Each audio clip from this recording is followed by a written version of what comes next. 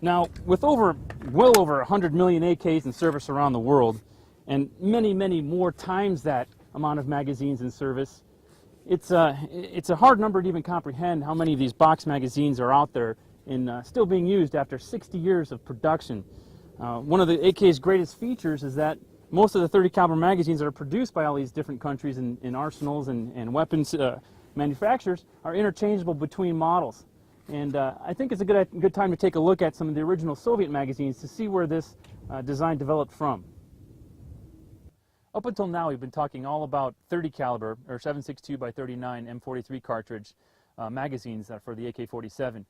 But I also have examples here of the 5.45 by 39 calibered magazines that Russia continued on with in 1974 approximately with the AK-74 machine gun.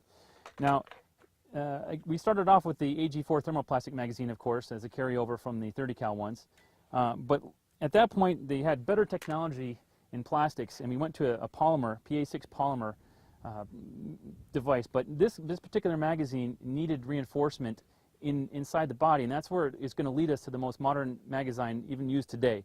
And if you look really closely on one of these polymer magazines, you'll be able to see little bumps and ridges, and that is actually steel components that are embedded inside the plastic and give the magazine its durability and indestructibility, really, all the way up to the newest black plastic Russian magazines that are produced today. Originally, Russia didn't have the technology to do blacks and things like that in their plastics, so this is the most modern style of magazine that we have is the black plastic Russian magazine, again with all the steel inserts and reinforcement ribs needed to keep this magazine alive through wartime battles and give the gun a lifetime of service.